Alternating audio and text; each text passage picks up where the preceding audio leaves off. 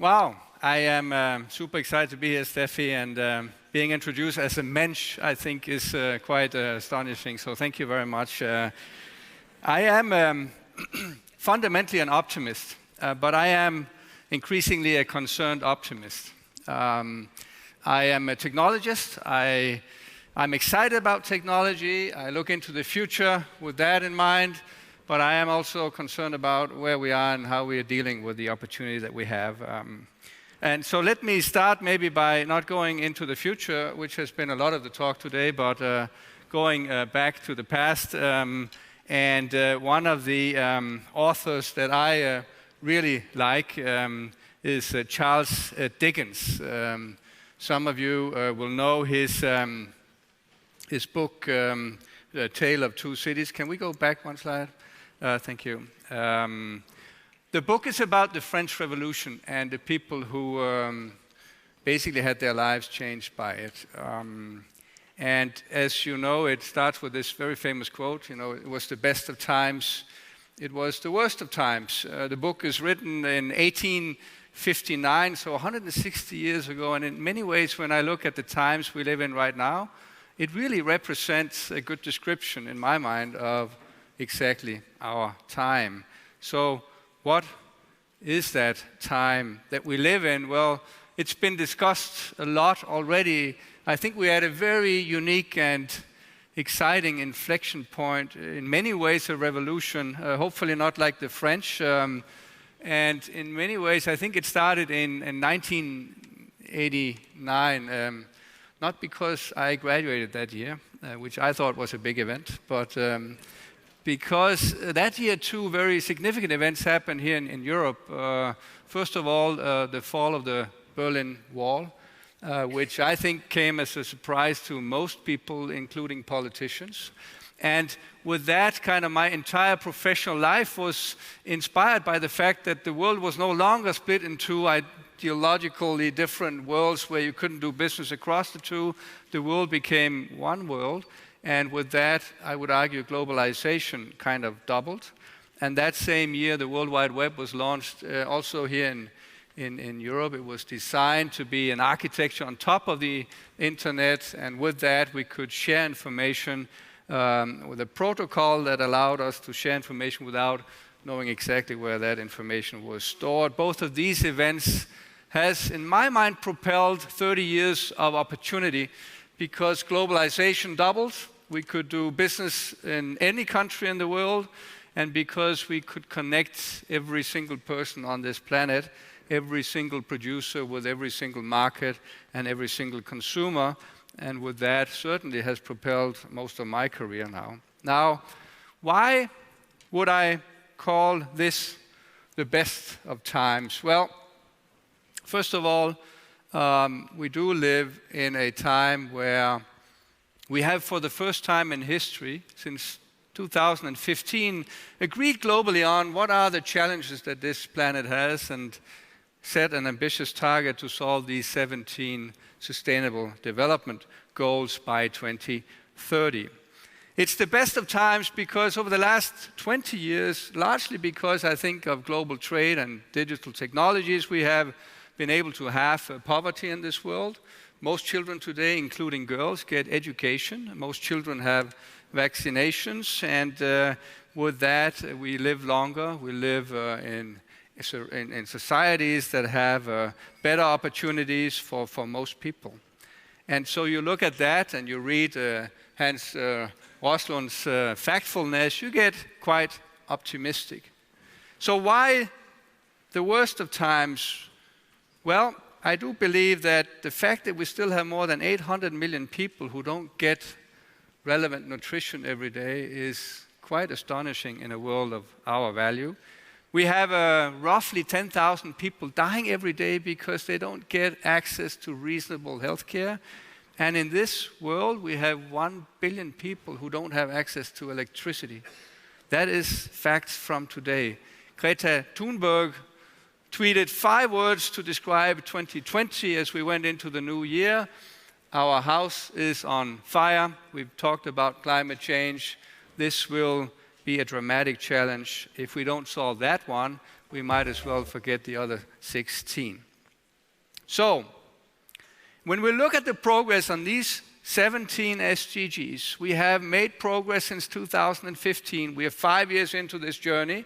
And if we linear project that progress, we may solve most of these problems by 2090, not 2030. So there is reason to be concerned. The good news in my mind, and I am a technologist, is that we actually today, not in just some future technologies, but with current technologies, I believe we're able to solve most of these problems. We talked about the energy systems a little bit earlier, and it is in fact a case that the price of a kilowatt hour produced by sun is now at the price of the cheapest fossil fuel, which means the tipping point is happening. There is no longer a reason to be philanthropic on investing in renewable energy. It is just a cheaper source of energy, and it's really hard to beat a resource that is for free. We do need significant investments, though, in order to accelerate that path, but the technology is there to make energy not only sustainable, but also almost free and certainly available to everyone.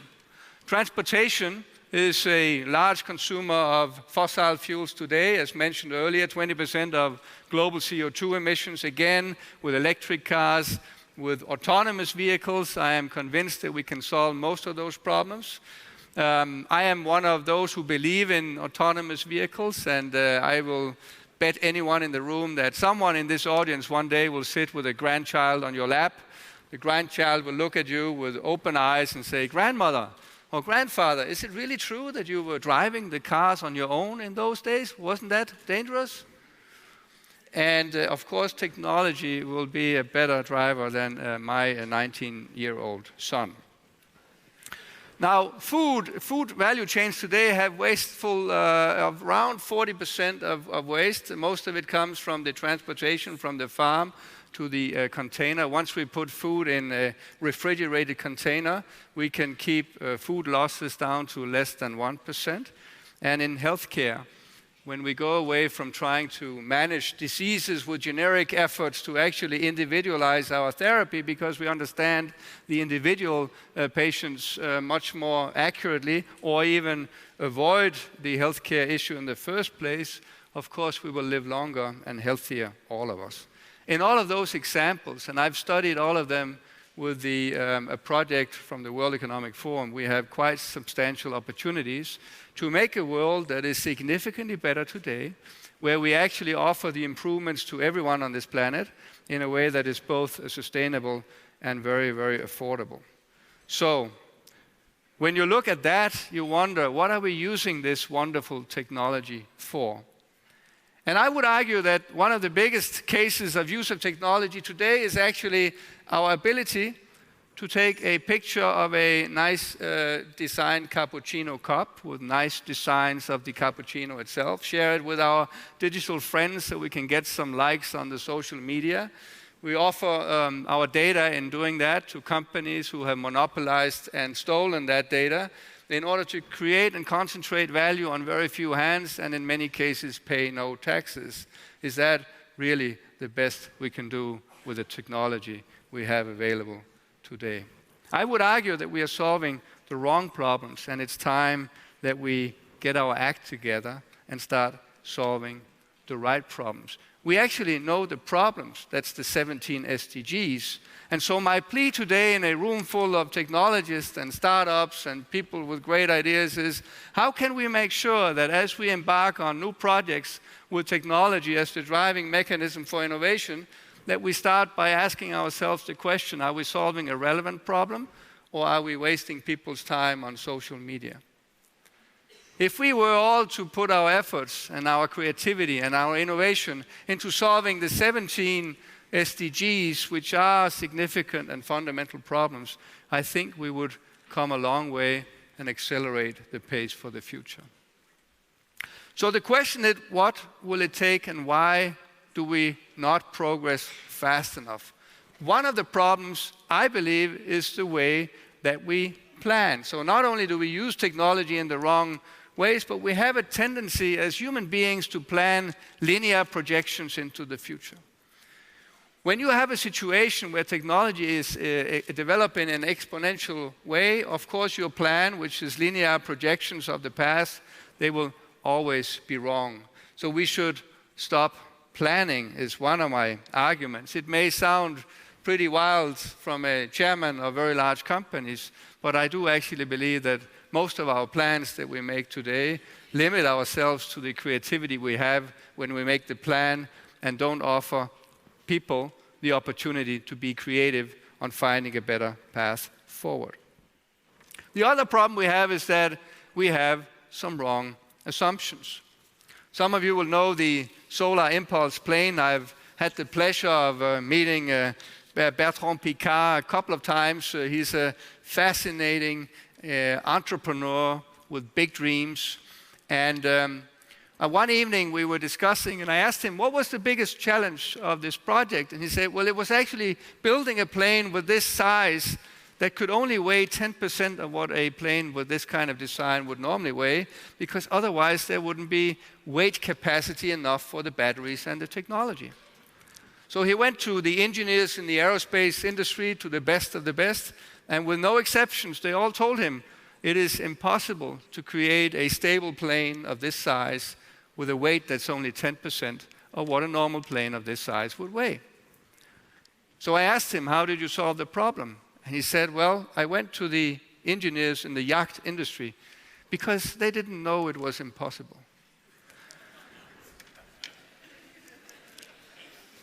So the question is, what will it take? How do we turn my concerned optimist into an excited optimist? My answer to that is not technology, it's leadership.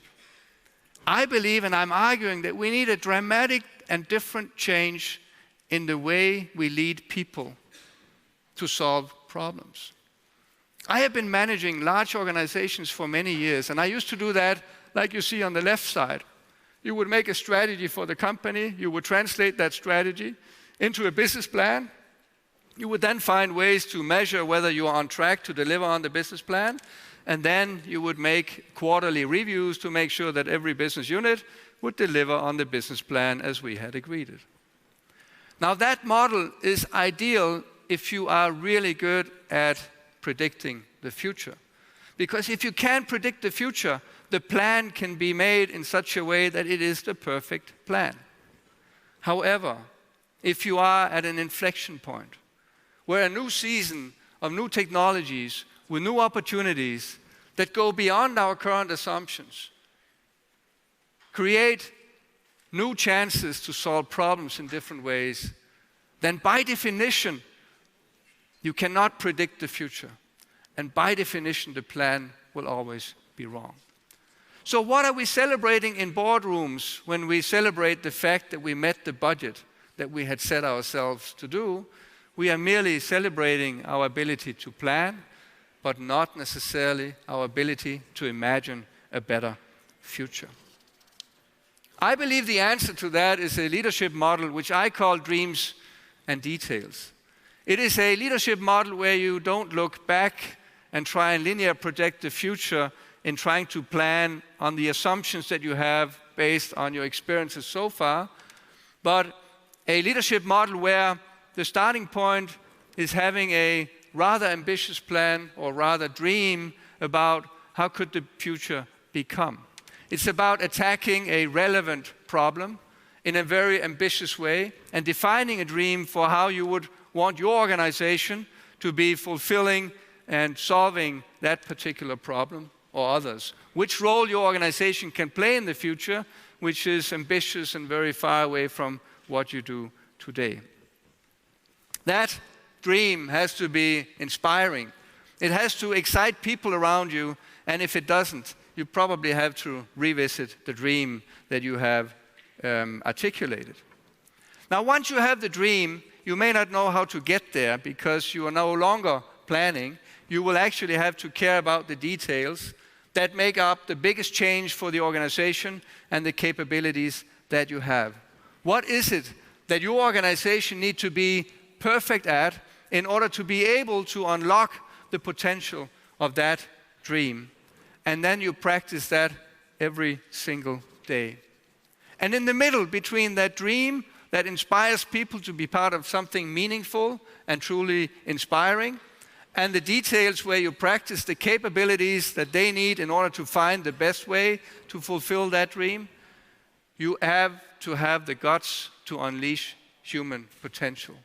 To not limit human beings by the details of your plans and all of your KPIs to measure whether they're doing what you had in mind, what was limited by your creativity, and instead allow people to actually unfold creativity in their abilities to find a better path to that future. It is the opposite of centralization. It is the opposite of bureaucracy. It is the opposite of structure. It is going from scale to speed. It is going from predictability to creativity.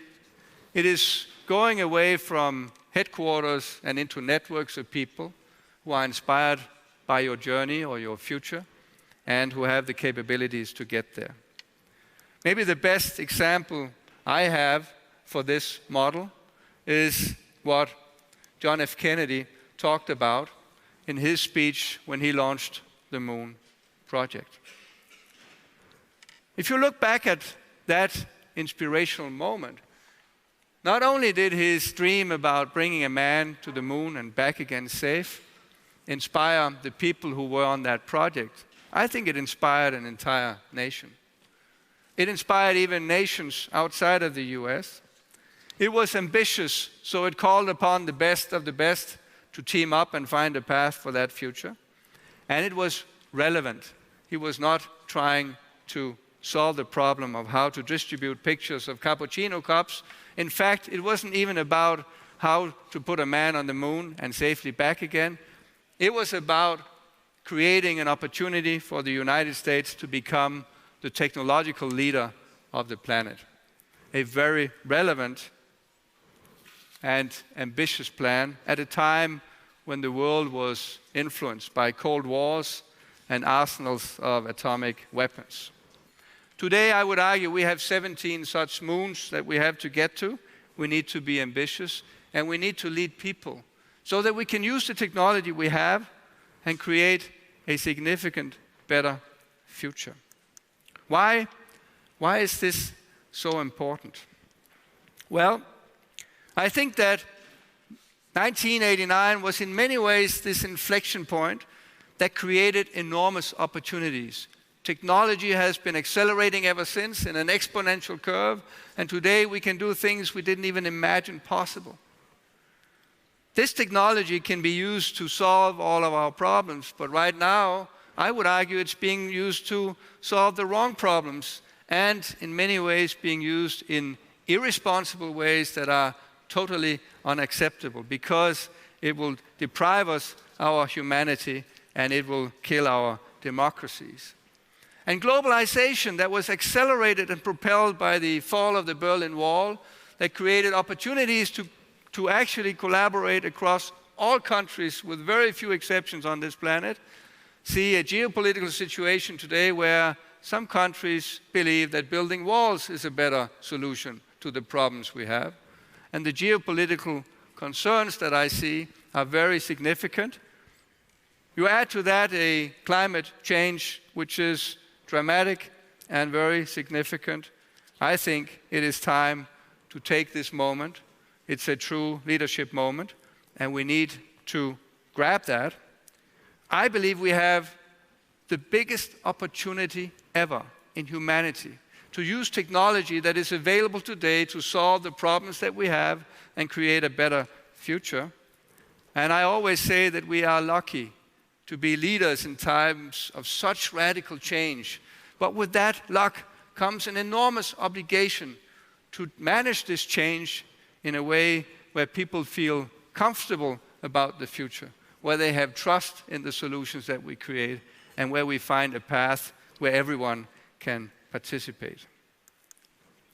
A Tale of Two Cities is about a revolution that killed a lot of people but created change. I think the book is a reminder to manage dramatic change in a responsible way, so it doesn't have to have the killing of people and a physical revolution. Now, the good news about this book is that it actually has an optimistic ending, even from one of the main characters who is dying. The last thing he says is, I see a beautiful city and a brilliant people rising from the abyss. Allow me to end by adjusting that statement. I see a beautiful city and a brilliant people rising to the occasion. Thank you very much.